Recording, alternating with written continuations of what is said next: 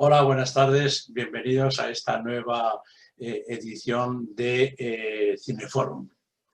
En esta ocasión hemos visto una película, El séptimo sello. Séptimo sello de Ingrid Bergman, una película del año 1957 y que está considerada pues una obra maestra del cine. Yo cuando no la había visto hasta ahora y cuando la vi, pues siempre tomo unas anotaciones para hablarlos a vosotros, así ahora, como ahora, ¿no? Y la verdad es que no sabía qué anotar porque me dejó la película un poco así traspuesto en el sentido de que no sabía realmente, eran tantas las cosas y tantas las dudas que esta película me generó que no sabía por dónde empezar. Si tuviera que definirla, esta película, yo diría que es una película oscura, intrigante, que es una película súper idónea para el cometido nuestro del Cineforum. Y además la prueba está que esta vez sí que habéis respondido y habéis enviado un montón de sugerencias, de preguntas al profesor y que bueno, yo creo que en ningún momento hemos estado tan expectantes de oír al profesor Fernando Sanz para que nos hable de la película y nos aclare el montón de dudas que tenemos. Hay una serie de cuestiones muy grandes en esta película, como son el tema de la muerte, el tema de la existencia de Dios, en fin, una cantidad de cosas que hacen bueno, que sea una película extraordinaria, y creo que ha sido una grandísima elección, posiblemente, en mi opinión, de las mejores que hemos tenido a la hora de elegir una película para el Cineforum. Bien, son muchas las preguntas que tendría para el profesor Fernando Sanz y son muchas las preguntas que vosotros le habéis hecho a él.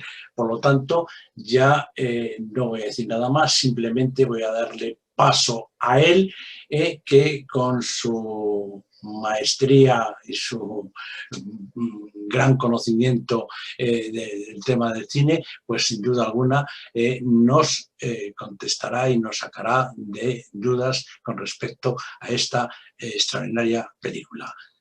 Gracias a todos una vez más y hasta la próxima. Muy buenas tardes a todo el mundo, muchísimas gracias por vuestra asistencia y bienvenidos a, bueno, pues a esta nueva sesión del Cineforum de Amuez, que parece que ya va tomando rodaje, vamos tomando rodaje y yo creo que podemos lograr que se vaya implantando como una actividad de la asociación, bueno, pues ya con una cierta periodicidad fija.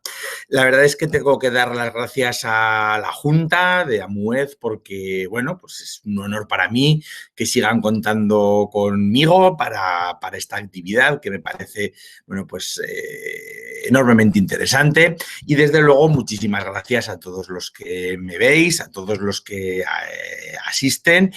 Y doblemente gracias a todos aquellos que, bueno, pues esta vez ya sí, lo habíamos anunciado otras veces y no había tenido respuesta hasta ahora, pero en esta ocasión sí, a todos aquellos que habéis enviado preguntas, cuestiones, sugerencias, comentarios, dudas sobre la película, porque la verdad es que a la hora de grabar este vídeo, ya que no puedo veros y ya que no podemos resolver en persona esas cuestiones, pues resulta para mí también muy gratificante el ver ese interés y el ver que, bueno, pues planteáis cuestiones que vamos a intentar, espero no dejarme muchas, por lo menos, de todas las que me habéis planteado, bueno, pues a lo largo de esta pequeña intervención que vamos a comenzar ya y que vamos a dedicar, bueno, pues a una película, perdón, que tengo que reconocer, por la cual, mejor dicho, tengo que reconocer que siento una especial debilidad. No, yo no digo que sea ni la mejor ni la peor, pero sí que es una película que a mí me gusta muchísimo y que es El séptimo sello de Ingmar Bergman, una película del año 1957, aunque se estrenó, luego lo veremos un poquito más tarde. Bueno, en realidad se estrenó en España en el Festival de San Sebastián del año 1961 y luego ya se pudo ver en las pantallas comerciales a partir del año 1962. La verdad es que es una gozada hacer un cineforum sobre el séptimo sello. Bergman en general es uno de los cineastas, luego veremos, iremos comentando, que más juego da en la historia del cine para este ámbito de los cineforum. Es una película además que ha sido muy vista a lo largo de la historia. Alguien incluso me decía que recordaba haberla visto cuando se estrenó allá por principios de los años 60 y desde luego estoy seguro que muchos la habéis visto, bueno, pues si habéis tenido una mínima relación con el mundo cineclubístico, con los cineclubs, con los cineforum. Recordad aquí mismo, ¿verdad?, en Zaragoza, pues no había prácticamente colegio mayor, incluso organismos parroquiales o incluso organismos culturales ya en los años 70 y en los años 80 que no organizaran cineforums, que no organizaban cineclubs y desde luego El séptimo sello era una película que estaba siempre muy presente y una película que estaba siempre muy presente pues porque como veremos desde luego da pie y da un juego magnífico, como decía antes, para llevar a cabo un cineforum. Y además, fijaros, también me lo sugería alguien en sus correos.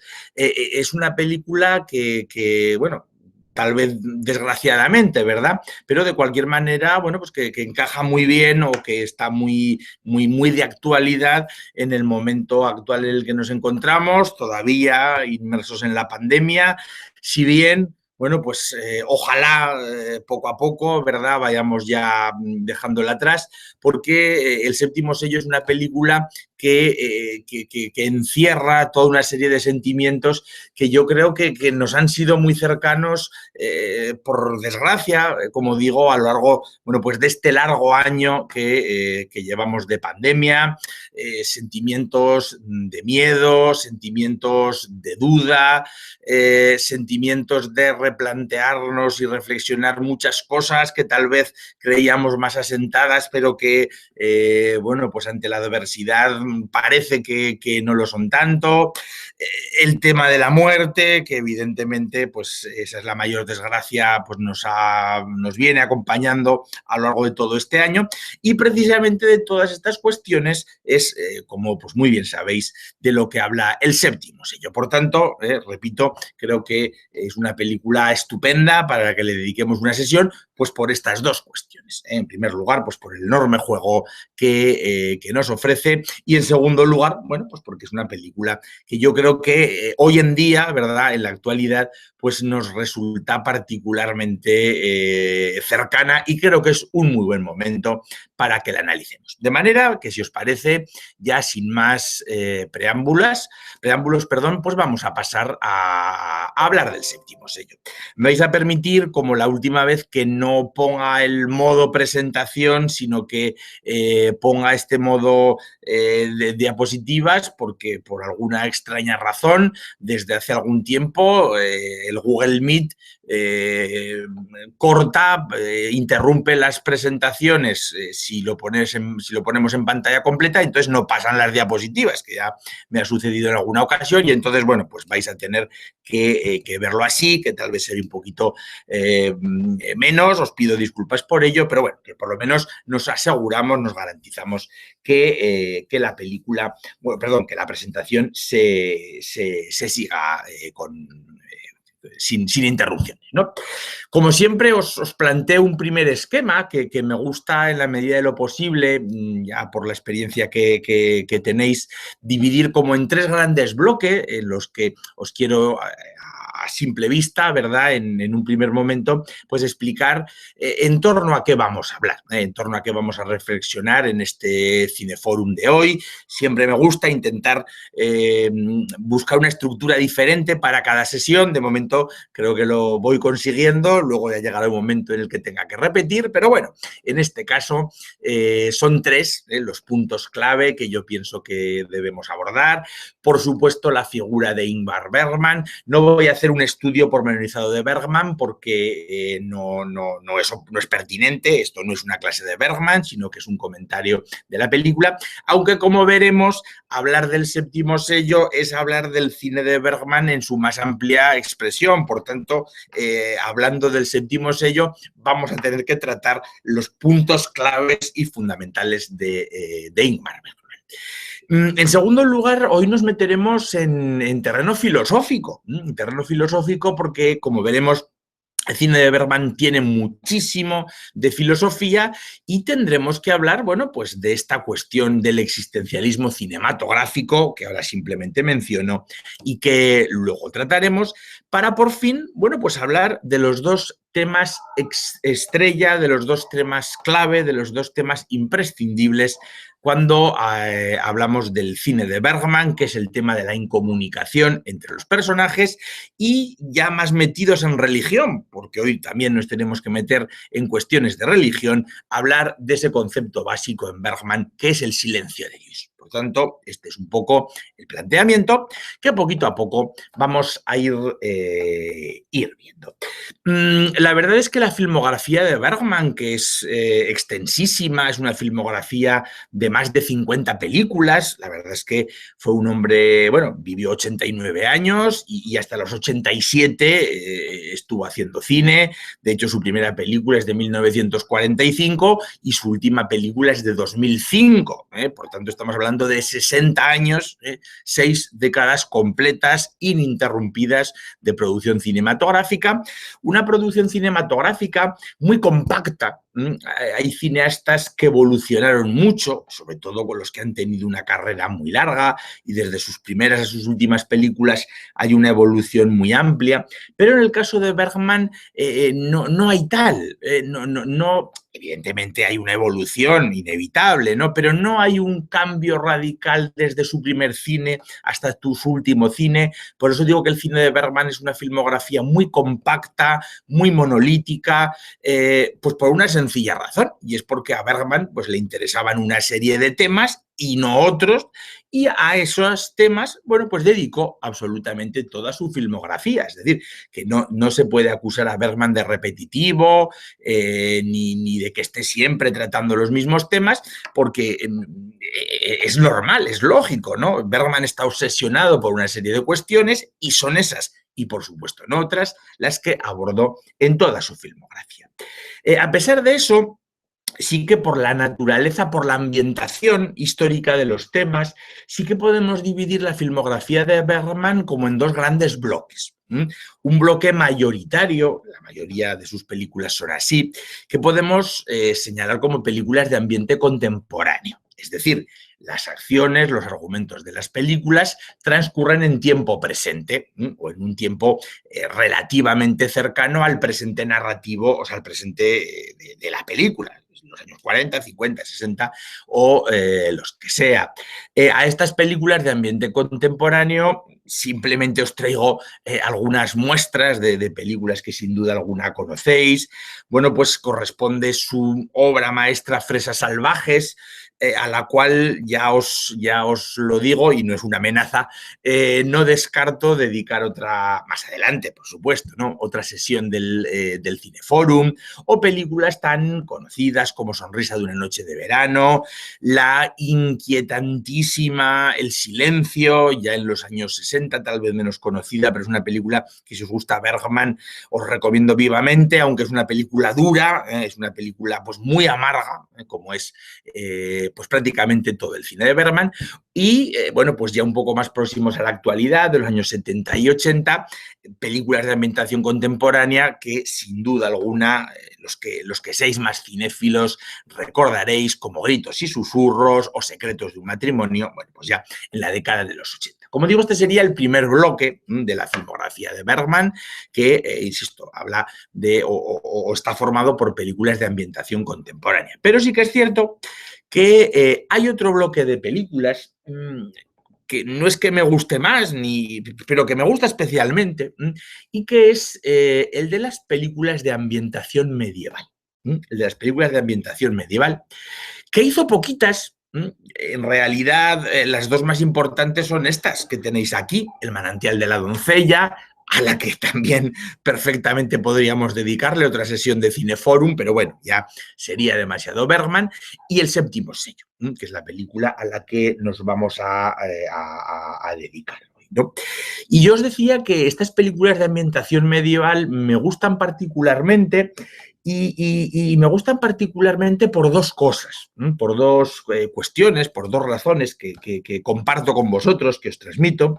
En primer lugar, porque Bergman le sabe sacar a la Edad Media un partido absolutamente incomparable, enorme.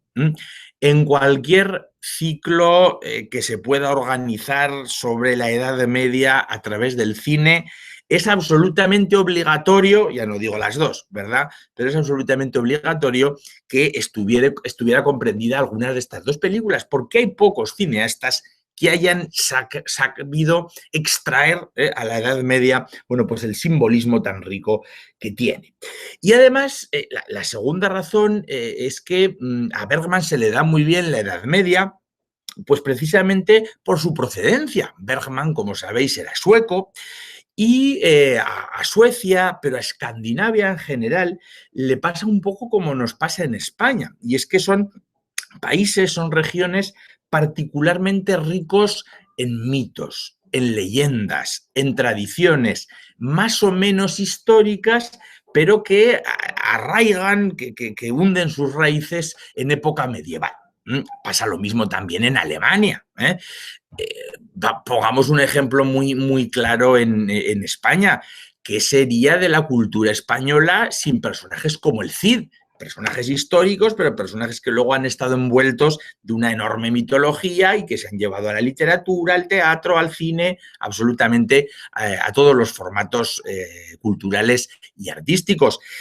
Bueno, pues yo lo digo muchas veces, naciones más modernas, como por ejemplo los Estados Unidos, darían todo su patrimonio nacional por tener en sus ancestros culturales figuras como el Cid o mitos y leyendas como los mitos y leyendas escandinavas que Bergman tanto supo aprovechar para sus películas. Por tanto, insisto, dentro de este segundo bloque de películas de temática medieval es donde tenemos que englobar al séptimo sello.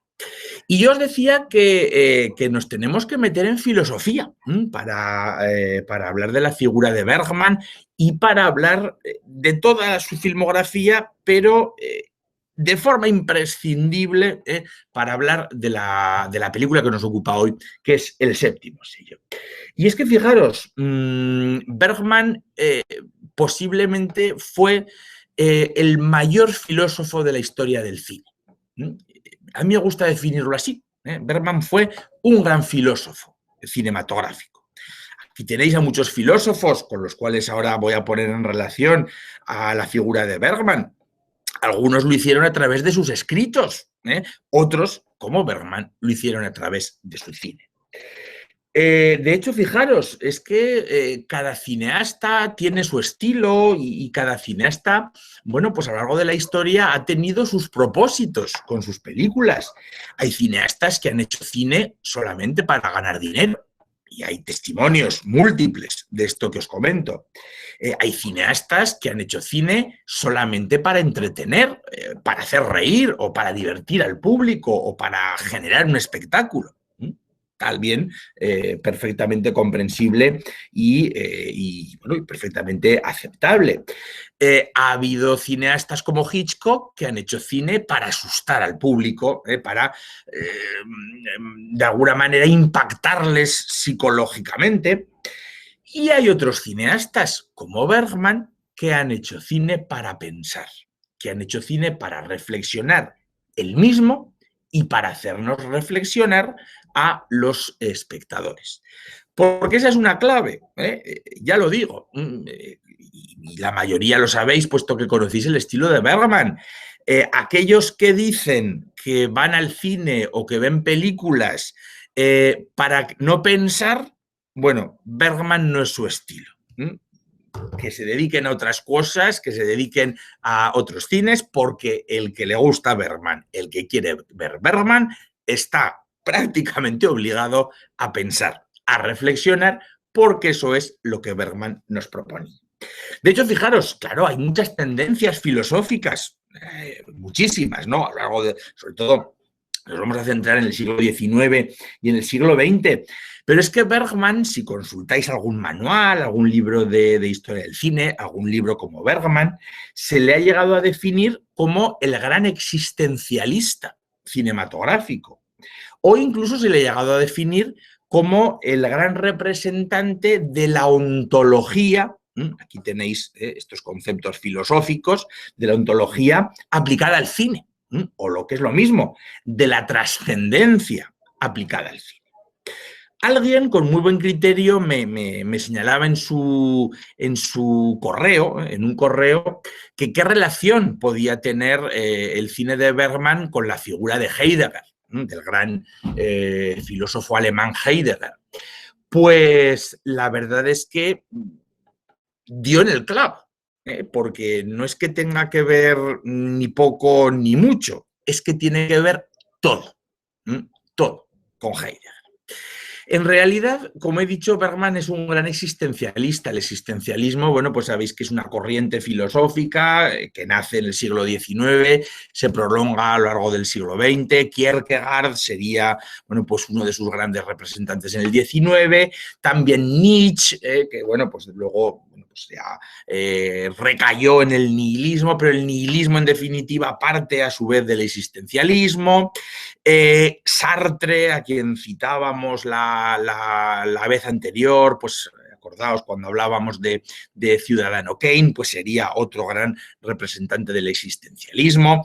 En literatura, bueno, pues tenemos algunos literatos existencialistas pues tan importantes como Rilke, como Ibsen, que también practican este tipo de pensamiento. Y tenemos ya en una segunda, digamos, generación, ya en el siglo XX, bueno, pues a pensadores existencialistas tan importantes como Heidegger y su condiscípulo Ortega y Gasset, nuestro Ortega y Gasset, el de yo soy yo y mis circunstancias. Bueno, pues en esa frase tan manida, tan común de Ortega y Gasset de yo soy yo y mis circunstancias, se encierra una profundísima reflexión ontológica, que evidentemente no vamos a meternos en eso, pero es así, ¿no? Una profunda reflexión en torno al ser y al que representa ser. Insisto, es una cuestión bastante profunda dentro de la filosofía. Ortega y Gasset y Heidegger fueron condiscípulos, su maestro fue el mismo, el alemán Husserl, que Ortega y Gasset estuvo en Alemania. Bien es cierto que Heidegger, bueno, pues en los años 30 no cobró demasiada fama, pues porque coqueteó ideológicamente con el nazismo, de hecho fue ideólogo del nazismo y la verdad es que, bueno, pues a partir de ese momento pues no tuvo demasiada buena prensa, pero es fundamental la figura de Heidegger para entender Bergman y para entender el séptimo sello. Hay que pensar que Heidegger sí es existencialista, pero Heidegger sobre todo fue fenomenólogo. La fenomenología, es decir, la reflexión en torno a la trascendencia, en torno a la vida, a la muerte, al más aquí, al más allá, bueno, pues de lo cual se encarga la fenomenología, bueno, pues tuvo un gran representante en Heidegger y también en Ortega, pero también la metafísica, que de nuevo, ¿verdad? La metafísica, el más allá de lo físico, ¿no? Lo que está detrás de lo físico, y dentro de la metafísica, esa rama de la metafísica que es la ontología, va a ser la gran, bueno, pues la gran, digamos, especialización filosófica del filósofo alemán Heidegger.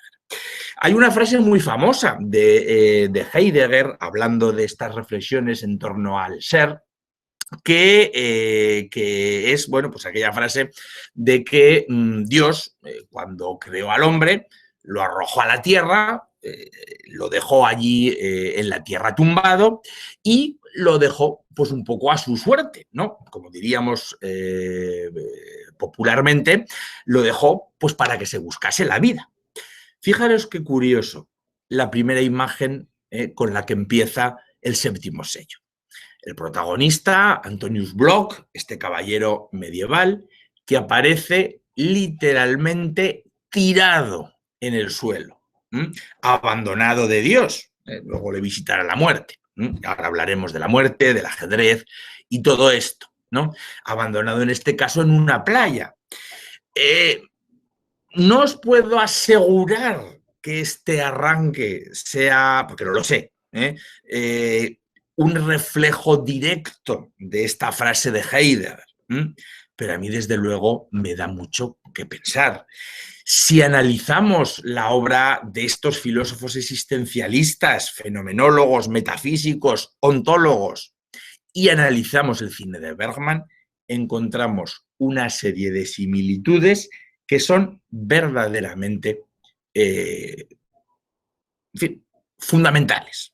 Es decir, que hay una directísima relación entre ese pensamiento y el cine de Bergman. Por eso os decía que Bergman es el gran filósofo del cine y por eso, bueno, pues ya lo siento, me he tenido que meter un poco en estos vericuetos filosóficos, pero es que si no, no se alcanza a entender en su justa medida el cine de Bergman.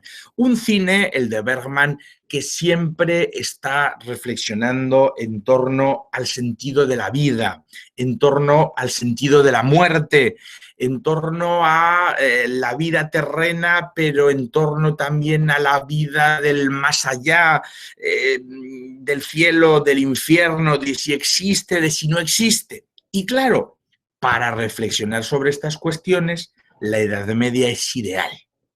Un argumento como el que nos presenta el séptimo sello es absolutamente ideal. Todos habéis visto la película, pero dejadme que sintetice muy rápidamente el argumento de la misma. Aquí tenemos al protagonista, Antonius Block, este caballero medieval, interpretado por el gran actor fetiche de Bergman, Max von Sydow, que como sabéis falleció recientemente el año pasado. Sirva también este Cineforum para hacer nuestro particular homenaje a un actor clave de la historia del cine, como es Max von Sydow. Bueno, pues este personaje, Antonius Block, es un caballero que ha ido a las cruzadas desde Suecia. Analizad, porque bueno, ir desde España a las cruzadas, bueno, pues era cogerte un barco en el Mediterráneo e ir hasta allá. Pero ir desde Suecia, fijaros lo que representa, era dar la vuelta al mundo conocido en el siglo XIV. Bueno, las cruzadas, que además fue una guerra de religión. Fue una guerra que se supone se estableció entre el cristianismo y el islam, bueno, pues por la posesión de los santos lugares. Hoy en día, ¿verdad? Sabemos que hubo otros muchos intereses, aparte de los religiosos, pero pensad, el tema religioso ya lo tenemos ahí presente en esa situación de partida de las cruzadas. Antonius Block ha estado 10 años en las cruzadas. Evidentemente, nunca jamás llegaremos a saberlo. Casi es mejor. Pero 10 años de cruzadas, vamos, lo raro ya era sobrevivir, pero es que tenía que ser un infierno de sangre, de fuego, de destrucción, de caos, de muerte. Es decir, que aquel que regresara de las cruzadas después de 10 años, me río yo de los que regresaron de la Segunda Guerra Mundial.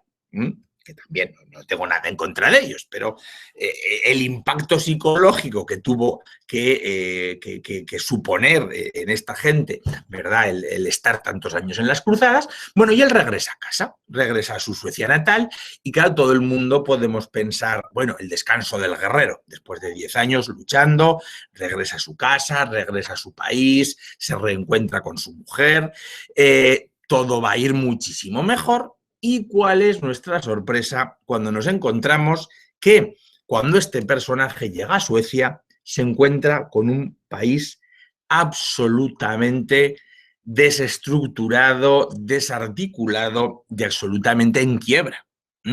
Un país absolutamente asolado por la peste, que bien eligió Bergman, la mitad, los años centrales del siglo XIV, las famosas pestes de 1348 y en adelante, que asolaron toda Europa y que diezmaron y y la población y que, bueno, pues hubo pueblos en los que prácticamente murió todo el mundo en toda Europa. Bueno, pues allí, en ese ambiente, dominado por el miedo a la propagación de la peste, fijaros, creo que esto nos suena, ¿verdad?, de nuestra actualidad. Bueno, pues es al que llega. Pero un país, además, no solo azotado por la peste, sino azotado, pues, por la superstición, azotado por la brujería, azotado por el fanatismo religioso, por la Inquisición, etcétera, etcétera, etcétera, por la miseria económica y humana más absoluta. Por tanto, fijaros a qué panorama llega nuestro caballero protagonista. Por si esto fuera poco, nada más llegar a la playa, se tropieza, bueno, aparece por allí, ¿verdad?, un extraño personaje, que es este que tenemos aquí, y que todos identificamos muy rápidamente, y que es la muerte. Madre mía, el primer ser con el que se encuentra cuando regresa de las cruzadas no es otro que con la muerte, que además le dice que va detrás de él. Con lo cual, bueno, pues desde luego, muy halagüeño no es el panorama. Y la muerte, bueno, la muerte en realidad no es la muerte, sino que es el caballero. Para intentar, el caballero, como digo, para intentar huir de las garras o por lo menos dilatar todo lo posible, ¿verdad? Ese momento, ¿verdad?, en el que la muerte se lo lleve, lo va a retar a una partida de ajedrez. Y aquí tenemos un elemento fundamental sobre el que también me preguntabais en alguna de vuestras cuestiones, que es el tema del ajedrez. ¿Qué pinta aquí el ajedrez o qué representa el ajedrez en toda esta historia? Pues fijaros, la verdad es que el ajedrez, bueno, pues siempre, desde época medieval, ha estado muy vinculado al tema de la muerte. Es curioso, y algunos podemos decir, ¿qué tiene aquí que ver el ajedrez o qué tiene que ver con la muerte? Pues vais a ver que mucho. Fijaros, me permito mostraros esta imagen, que es una imagen, por cierto, una pintura mural de una iglesia medieval sueca, porque esta vinculación de la muerte con el ajedrez forman parte de eso que decía al principio, de esas tradiciones, de esas leyendas escandinavas, muy arraigadas en la cultura escandinava, donde, fijaros, esto es una pintura prácticamente coetánea al momento en el que transcurre la película, que es el siglo XIV, ¿no?, donde vemos a un caballero y a la muerte jugando al ajedrez. ¿Qué tiene que ver el ajedrez con la muerte? Pensadlo. El ajedrez es un juego. El ajedrez, como todos los juegos, es una tensión entre dos jugadores, entre dos fuerzas, pero una tensión que en el ajedrez siempre se ha identificado con la tensión entre el bien y el mal. De hecho, fijaros, ¿de qué color son las fichas del ajedrez? Blancas y negras. Sabéis que en nuestra cultura occidental cristiana hay muchos códigos culturales que a lo mejor no nos podemos explicar, pero que son así. Sabéis que tradicionalmente, culturalmente, como digo, en nuestra cultura occidental cristiana, el blanco se ha asociado siempre al bien y el negro se ha asociado siempre al mal. La muerte, ¿cómo va vestida siempre? De negro.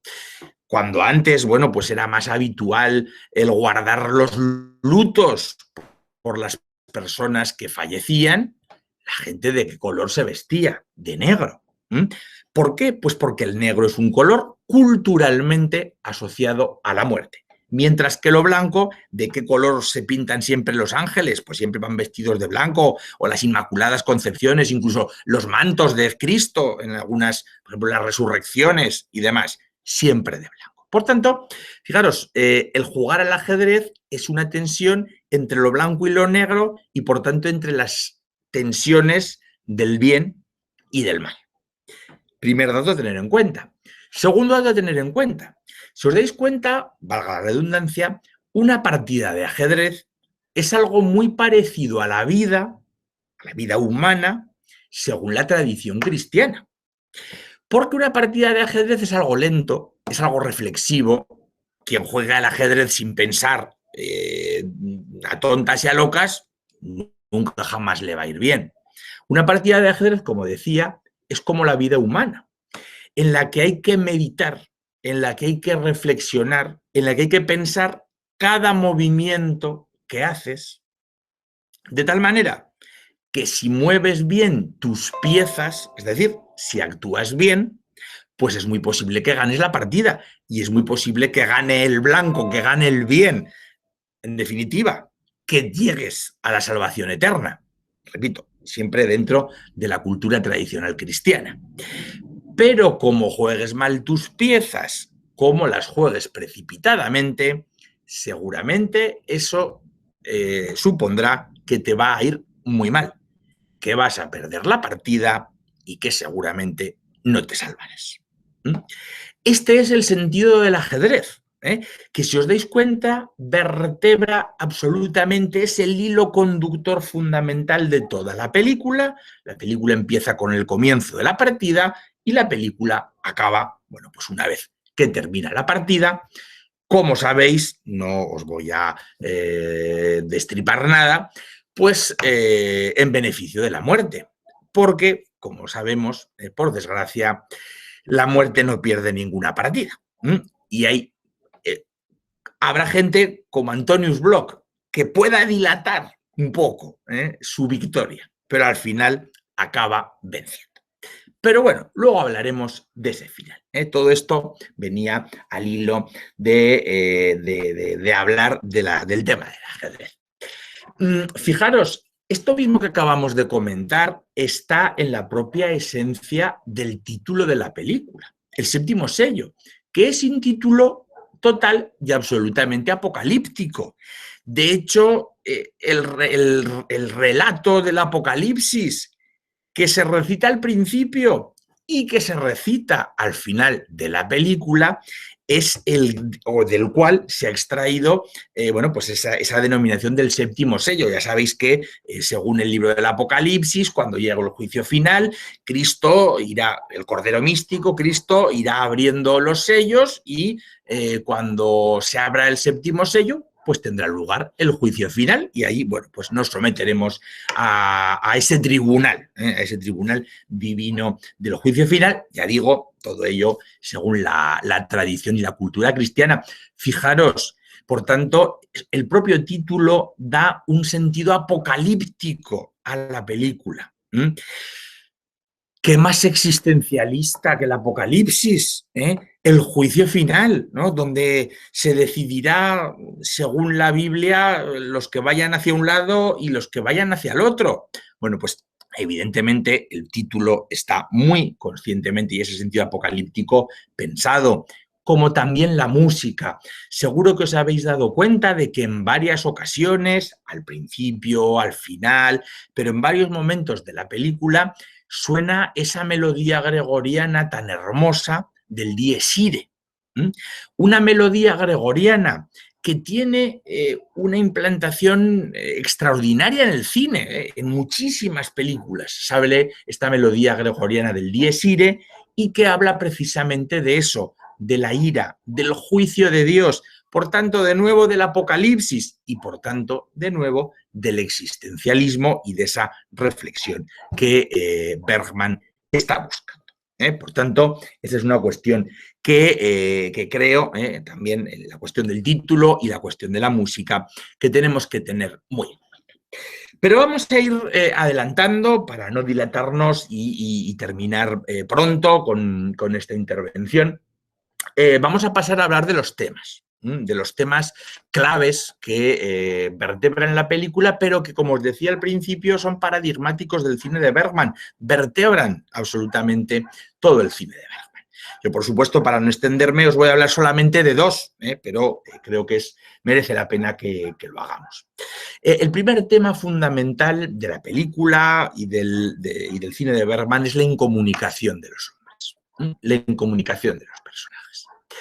Los personajes de Bergman siempre están solos, aunque estén acompañados, aunque estén muchos, Aquí tenemos al caballero en un momento en el que está reflexionando, ¿verdad?, las jugadas de la partida de ajedrez, en la que se enfrenta a la muerte y ante la cual está solo, por mucho que esté acompañado de todos estos personajes. Esto es una escena, recordaréis, un plano ya del final de la película, donde salen todos los personajes, digamos, de un lado. Luego, para el final, hablaremos de los titiriteros, no os preocupéis, donde tenemos al caballero en esa oración final, a su mujer, a la cual no ha visto en 10 años, y si recordáis el final, pues cuando se reencuentran, pues ni fu ni fa. Tampoco es que se alegren mucho, ni él de verla a ella, ni ella de verlo a él. Y eso que dice que estaban muy enamorados. Están solos. Como está solo el famoso escudero Juan, alguien me preguntaba también sobre el escudero Juan, y la verdad es que sí, el escudero Juan tiene un papel fundamental, porque es un poco, a mí me recuerda mucho este escudero Juan y la relación que tiene con su señor a Sancho Panza y Don Quijote. Si os dais cuenta, Don Quijote, como el caballero protagonista, siempre están a lo suyo, a sus pensamientos, a sus reflexiones. Don Quijote con sus molinos, con sus gigantes, con sus princesas, con sus cosas, y Antonius Block con que si existe Dios, que si no existe Dios, que si creo, que si no creo, que si muero, que si no muero, que si el más aquí, que si el más allá. Y sin embargo, si os dais cuenta, Sancho Panza y el escudero Juan son hombres pragmáticos, que piensan en comer, en beber, en refugiarse del frío y de la lluvia, si es posible, en estar con alguna mujer. Luego hablaremos también del tema de las mujeres. Es decir, son hombres pragmáticos. Incluso no le importa ni siquiera si hay más allá, si hay Dios, si hay cielo o si hay infierno. Fijaros que, de alguna forma, además, el escudero Juan es un poco me planteabais en un correo, ¿no?, la relación entre el escudero Juan y los corifeos del teatro clásico griego. Claro, la verdad es que hay una frontera tremenda, ¿no?, entre el teatro griego y estas aventuras medievales, pero la verdad es que el papel que desempeñan es el mismo. Juan es un poco el que abre el camino, el que va marcando un poco la ruta por la cual pues se van moviendo el resto de personajes. Pero también está solo. Encuentra a esta chica, ¿verdad? Su madre ha muerto, ella se queda sola y le dice, vente conmigo. Bueno, pues ella se va tan tranquilamente con él. Y también está sola. Tampoco parece que haya ninguna relación entre ellos. O lo mismo pasa con el herrero y su mujer. La mujer del herrero, pues que se va con el jefe de los titiriteros, y que luego resulta que al final, cuando el herrero les pilla, lo engaña para volverse con él y en fin, al final, bueno, pues el titiritero pues acaba como acaba, con la muerte, cortándole el árbol y cayendo abajo, ¿no? Eso por haber simulado el suicidio. Pero todos están solos. ¿Os dais cuenta? No hay comunicación entre los personajes. Los personajes de Bergman, en El séptimo sello, pero en todas sus películas, son siempre así. Nunca son personajes dulces, nunca son personajes, salvo excepciones, amables. Son siempre personajes bruscos, incluso violentos. Personajes que lo pasan mal, que sufren, que no encuentran nunca la felicidad. A mí siempre me da la impresión de que los personajes de Bergman están como sobrepasados por las circunstancias, como que no viven la vida, sino que la vida les vive a ellos, como que hay alguna fuerza superior, llámese como sea, que se empeña en que no sean felices, en que no se puedan enterar, y por eso son personajes sentido muy amargos. Evidentemente, el cine de Bergman, pues desde luego es así, es un cine verdaderamente pues muy amargo. Y pasamos con esto a hablar del otro tema en el que me quiero centrar un poquito, y con esto ya iremos poco a poco cerrando el comentario. El otro tema clave para entender la película y el cine de Bergman, y que es el tema del silencio de Dios. Hemos dicho que los personajes de Bergman no se entienden entre ellos. Los matrimonios no se llevan bien, los hermanos se odian, el escudero con el caballero pues se llevan más o menos y ya está. No se entienden entre sí, pero tampoco se entienden con Dios. Los personajes de Bergman siempre tienen también una incomunicación entre ellos, pero también con Dios. Y ahí surge un concepto clave en el cine de Bergman, que es el silencio de Dios. Y aquí, pues evidentemente, como yo os decía al principio, nos tenemos que meter todavía un poco más en cuestiones religiosas, porque la religión cristiana es algo absolutamente imprescindible para entender a Bergman. También me preguntabais sobre esto y me decíais, ¿tiene algo que ver que el padre de Bergman fuera pastor luterano? Por supuestísimo, tiene todo que ver. Este es el padre de Bergman, Erich Bergman, que era un pastor luterano, como veis. No lo he dicho, Bergman era cristiano, pero no cristiano católico, sino era cristiano luterano, cristiano protestante, por tanto, ¿no? Era, como digo, el padre de Bergman, Erich Bergman, un pastor luterano. Un pastor además, bueno, pues con un talante y con un comportamiento, pues que por lo que el propio Bergman cuenta en sus memorias, pues dejaba mucho que desear. Esta es la madre de Bergman o la supuesta madre de Bergman, porque también hay quien dice que Bergman, el cineasta, no fue hijo de su madre, es decir, que fue fruto de una relación extramatrimonial del pastor Erich Bergman con otra mujer. Entonces, bueno, pues claro, no encaja muy bien este comportamiento, ¿verdad?, de un pastor luterano que por un lado está predicando ortodoxia cristiana, pero por otro lado tiene hijos fuera del matrimonio. Un hombre además que debía tener un carácter terrible, un carácter muy escandinavo, perdonadme, en el mal sentido de la palabra, que los escandinavos no es que todos sean así, pero sí que es muy propio de la cultura escandinava, un hombre muy frío, muy calculador, incapaz de dar cariño a sus hijos, un hombre además que les inculcó educación muy religiosa, pero muy férrea, muy hermética, muy basada en el castigo, en el miedo al infierno, es decir, una educación, bueno, pues muy dura, la que tuvo Ingmar Bergman, ya el cineasta, en el que la religión estuvo muy presente y es absolutamente natural que en esa circunstancia que él vivió desde niño, lo que vivimos desde niño, queramos o no, y aunque queramos desterrarlo, nos marca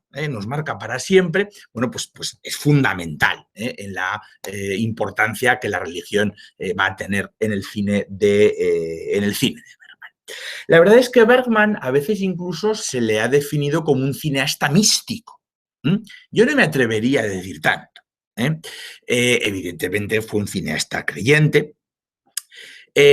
Tampoco estoy de acuerdo con aquellos que dicen, que también lo hay, que Bergman era un cineasta ateo. Yo creo que ni una cosa ni otra, y que estaba negando la existencia de Dios en sus películas, nada más lejos de la realidad. Yo creo que ninguno de los dos extremos, ni era un místico ni era ateo. Y aquí siempre me gusta establecer una relación muy directa y creo que muy fundamentada entre Bergman y nuestro Buñuel. A Buñuel le pasó lo mismo. Buñuel estudió en los jesuitas en Zaragoza, tuvo una educación religiosa extraordinariamente refinada en su juventud. Y Buñuel rodó 33 películas en su vida. Y en las 33 películas está presente la temática religiosa.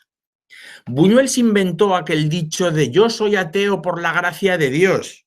Nada más, Buñuel era mucho fachada. Nada más lejos de la realidad. Si a ti no te interesa una cosa, la religión, la sacas en tus 33 películas. Yo no digo que seas más o menos creyente, más o menos beato, en eso no me meto, pero que el tema religioso te interesa, bueno, eso está más que claro. Bueno, pues eso mismo le pasa a Bergman. Yo no creo que Bergman fuera un beato, ni muchísimo menos, ni un místico, ni nada parecido. Pero el tema religioso, la cuestión de la trascendencia, más allá de la Iglesia como institución, que en eso Buñuel, ya sabéis que la denigraba, sino en la doctrina católica, en el caso de Buñuel, en la doctrina cristiana en general, en el caso de Bergman, son omnipresentes en su cine. Y eso quiere decir que es un ingrediente fundamental. Fijaros, aquí os traigo bueno, pues un recorte, ¿verdad? Una página de una revista española de los años 60, una revista que se llamaba Cine Estudio, una revista religiosa, por cierto, que fundó un periodista madrileño católico, que era José María Pérez Lozano, y bueno, pues en colaboración con un nutrido grupo de periodistas jesuitas, por tanto es una revista de una clara orientación jesuita, que en uno de sus primeros números, en el número 4 de diciembre del año 1962, cuando hacía unos meses que se había estrenado en España el Séptimo Sello, dedica un artículo precisamente al problema de la fe en los personajes del Séptimo Sello. Un artículo escrito por José Luis Martín Descalzo, a quien sin duda alguna todos recordáis como ese periodista, sacerdote, bueno, pues de este catolicismo pues renovador, posconciliar, ¿verdad? O conciliar primero y luego ya posconciliar en la España de los años 60 y 70, novelista, que se encarga de hacer una reflexión. Fijaros, no hoy, en 2021, sino ya justo nada más estrenada la película, sobre el problema de la fe en los personajes del Séptimo Sello. Y una de las conclusiones a las que llega José Luis Martín Descalzo en este artículo, que ya digo tiene 4 o 5 páginas, es precisamente que el cine de Bergman afirma la existencia de Dios. Fijaros hasta qué punto, bueno, pues desde los círculos católicos, de los círculos católicos más liberales, más renovadores, más progresistas, se utiliza el cine de Bergman, bueno, pues con una finalidad, bueno, pues claramente de reflexión en torno a la religión y en torno a la propia existencia de Dios. Por tanto, bueno, pues creo que esto es fundamental. ¿Qué le pasa a Bergman? Pues que es un cartesiano. Y a Bergman, como a Buñuel, como buen cartesiano que es, y ya es lo último que hablamos de filosofía, pues tiene siempre muy presente el valor de la duda. Buñuel, como Bergman, o Bergman, como Buñuel, no son creyentes ciegos, no son creyentes absolutamente irracionales, sino todo lo contrario. Como decía Descartes, para llegar a afirmar una cosa, primero hay que dudar de ella. Y si después de dudar de ella, bueno, pues te reafirmas en el planteamiento, significa que esa hipótesis de origen era cierta. Claro, si tú te crees una cosa a pies juntillas, pues ya crees que es cierto y ya está. Pero si tú lo reflexionas, dudas sobre ello, hasta incluso propones negarlo y luego te reafirmas en la hipótesis originaria, evidentemente eso cobra mucho más valor intelectual, mucho más valor filosófico. Esto es lo que le pasa a Bergman. Porque Bergman, si leéis sus memorias, cosa que os recomiendo vivísimamente, Bergman escribió un libro de memorias ya, bueno, pues cuando tenía ya más de 70 años, que se llama La linterna mágica, que es un libro un poco caótico. Por ejemplo, prácticamente no habla del Séptimo Sello y hasta considera el Séptimo Sello como una obra menor dentro de su filmografía. Pero es un libro interesantísimo para conocer el pensamiento profundo, retorcido, incluso si queréis, de Ingmar Bergman, donde él, pues, muestra y manifiesta muchas veces estas dudas, estas preguntas que yo os decía. Porque es que a veces es difícil creer, dice él. Incluso llega a veces a pensar, ¿qué pasaría si Dios no existiese? Bergman nunca afirmó que Dios no existe, pero sí que a veces se preguntó esto, ¿y si Dios no existiese, qué pasaría? O si Dios estuviera callado durante un tiempo. Ahí el tema del silencio de Dios, que os decía hace un ratito. Si Dios estuviera callado, no se comunicara con los hombres durante un tiempo, ¿qué pasaría? O cuando el hombre no cree en Dios y tiene un vacío existencial, ¿de qué lo llena? ¿De qué llena ese vacío existencial que deja en el hombre la no existencia de Dios? Pues hasta tiene una película que habla de esto, Bergman, que es precisamente El silencio. El silencio de Bergman es una película magnífica, muy dura, muy polémica, pues porque incluso, pues bueno, establece cuestiones sexuales bastante intrincadas que nos quiero contar, ¿verdad? Pues algunos no conocéis. Es una película que os recomiendo vivísimamente, ya digo, es dura, es amarguísima, con un final desolador, pero una película extraordinaria que precisamente habla de eso, del silencio de Dios. Cuando los personajes pierden a Dios, ¿de qué rellenan ese hueco? Bueno, pues esta es una idea fundamental para entender el cine de Bergman. Yo os decía que Bergman a veces se plantea que es muy difícil creer, es muy difícil creer en Dios o creer en la vida eterna. Se ve fenomenal en El séptimo sello, en varios momentos, pero sobre todo en el momento de la confesión. ¿Os acordáis que entran en una iglesia, la primera parte de la película, y Antonius Bloch confunde a la muerte con un sacerdote y le dice, quiero confesarme, y la muerte, que claro, la muerte es traidora, le sigue el juego y hace de sacerdote. Y encima le descubre el juego la táctica de ajedrez que el caballero estaba planteando. Por eso mismo, ¿no? La muerte es traidora. Pero hay un monólogo que os recomiendo que volváis a visitar, el monólogo de la confesión que hace el caballero ante la muerte, que es, vamos, por mucho que estuviera yo aquí hablando 7 horas sobre este tema, que no es mi intención, absolutamente preclaro de todo que esto estamos hablando. Él dice, yo quiero creer, pero no puedo, pero también me gustaría que Dios no existiese, pero no lo puedo aceptar. Entonces no sé qué hacer, si creer, si no creer. Bueno, pues todos esos dilemas son los dilemas propios del cine de Bergman, que están allí presentes, ¿no? Y es que, claro, vuelvo a decir, es muy difícil creer en esta circunstancia, es muy difícil creer, bueno, pues cuando estamos viendo gente que muere apestada y hasta que los pájaros se la están comiendo, o es muy difícil creer cuando se ven estas procesiones de penitentes tan dramáticas que hay pues, hacia mitad de la película con el sermón ese del predicador anunciando el juicio final y tratando fatal a todo el mundo, especialmente a las mujeres, o con esta pobre chica que no deja de ser poco más que una niña o una adolescente, pues que resulta que con estas cosas de la Inquisición y de la brujería la acusan de bruja y resulta que la acaban quemando. Alguien me preguntaba también sobre el papel de las mujeres en esta película.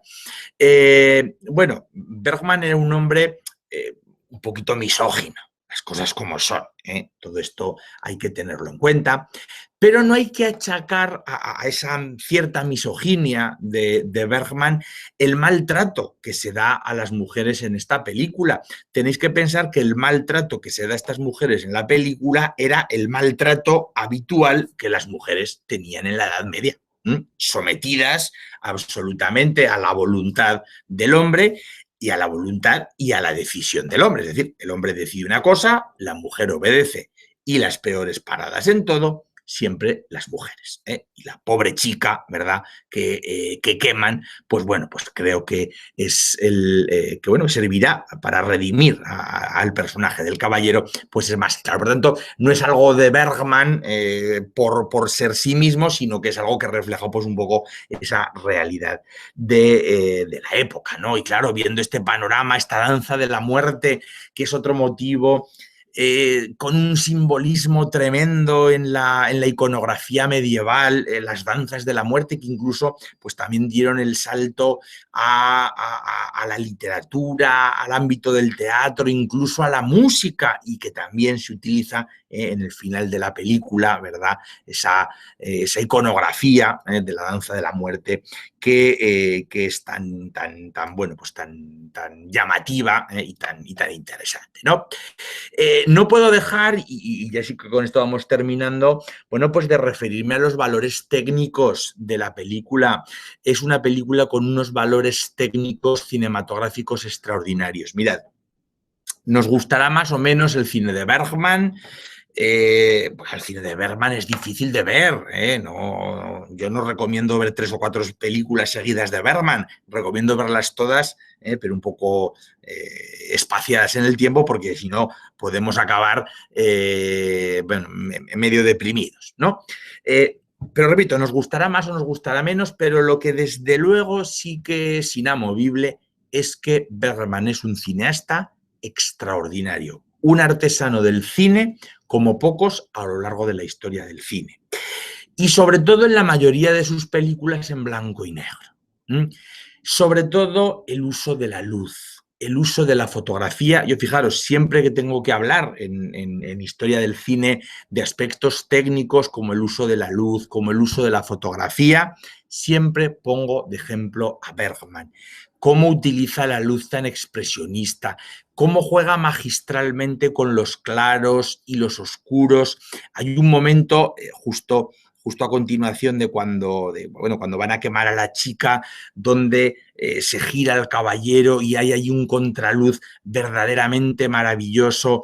Las luces en Bergman muchas veces resbalan sobre las superficies, modelan, o sea, Bergman hace cine, construye historias muchas veces con la luz, y es algo, desde luego, verdaderamente único, prácticamente en la historia del cine. Repito, es, como valor fotográfico, desde luego, es absolutamente fundamental, y, por supuesto, la magistral interpretación de sus actores. Si os dais cuenta, si revisáis un poco la filmografía de Bergman, Bergman trabajaba siempre con los mismos actores, prácticamente en todas sus películas, salvo excepciones. ¿Por qué? Pues porque se entendían bien. Eran todos de armas tomar, eran todos muy raros, porque el Bergman era fino, pero Max von Sydow lo era también. Pero se conocían sus rarezas y se complementaban bastante bien. De manera que Bergman no le tenía casi que explicar a Max von Sydow o a Ingrid Thulin o a Bibi Andersson, que son las mujeres que participan en esta película, pero en muchas otras, no les tenía que explicar lo que tenían que hacer, porque ellos ya lo sabían.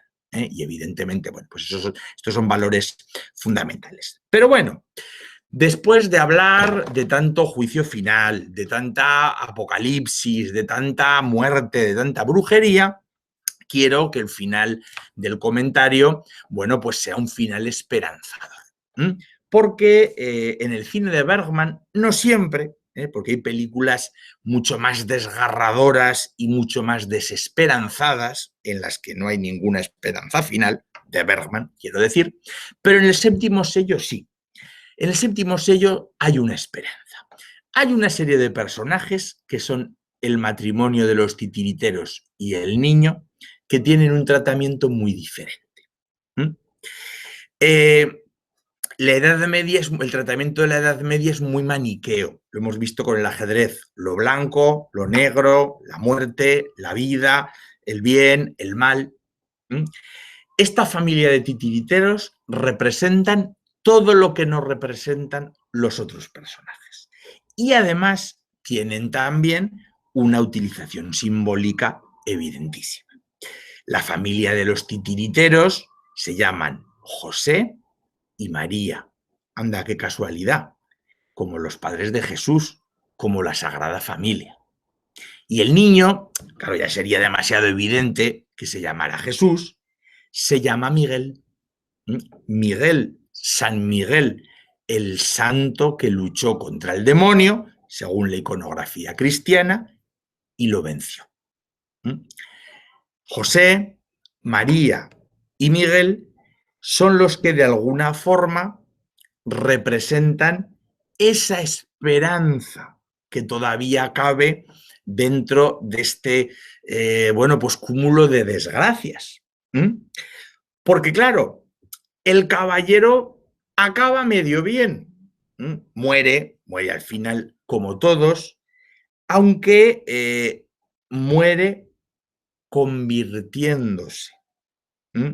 El caballero muere, pero el caballero ha descubierto el amor, ha descubierto la felicidad, pero sobre todo se ha reencontrado con la fe. Si os acordáis, justo en el momento en el que la muerte se los va a llevar, es cuando finalmente recobra la fe. Por el simple hecho de haber ayudado a la pobre chica, a la bruja, entre comillas, a morir sin dolor cuando le da, bueno, pues ese veneno para que se desmaye y la pobre chica no padezca pues los horrores de las llamas. El caballero, por tanto, recobra la fe, pero la esperanza está encarnada en esta, entre comillas, sagrada familia de titiriteros. Hay mucha muerte, hay mucho apocalipsis, hay mucho juicio final, pero siempre queda una esperanza. Y bueno, pues creo que es una moraleja bonita, con la que, pues sí, os parece, me despido de vosotros tras este comentario sobre El séptimo sello, que es una película magnífica. Podríamos haber hablado de otras muchas cosas, de la naturaleza, de muchísimas otras cosas, pero bueno, creo que el comentario que hemos hecho, bueno, pues hemos intentado ajustarlo a los elementos más significativos, ¿verdad? Pues de una película tan rica en simbolismos, tan rica filosóficamente, tan rica desde el punto de vista de la reflexión existencialista, de la reflexión en torno al hecho religioso y que desde luego, bueno, pues hace que El séptimo sello, por mucho que Bergman dijera que era una obra menor, a mi juicio, pues la constituye no solo una obra mayor de Bergman, sino una auténtica obra maestra de toda la historia del cine. De manera que con esto me despido de todos vosotros hasta la próxima ocasión, que me figuro que irá ya para después de, por cómo van las fechas, para después de Semana Santa. Ya os anunciaremos convenientemente la siguiente película que vamos a tratar. Cuidaos mucho en todo este tiempo y bueno, pues con un fuerte abrazo me despido de todos vosotros. Un abrazo para todos.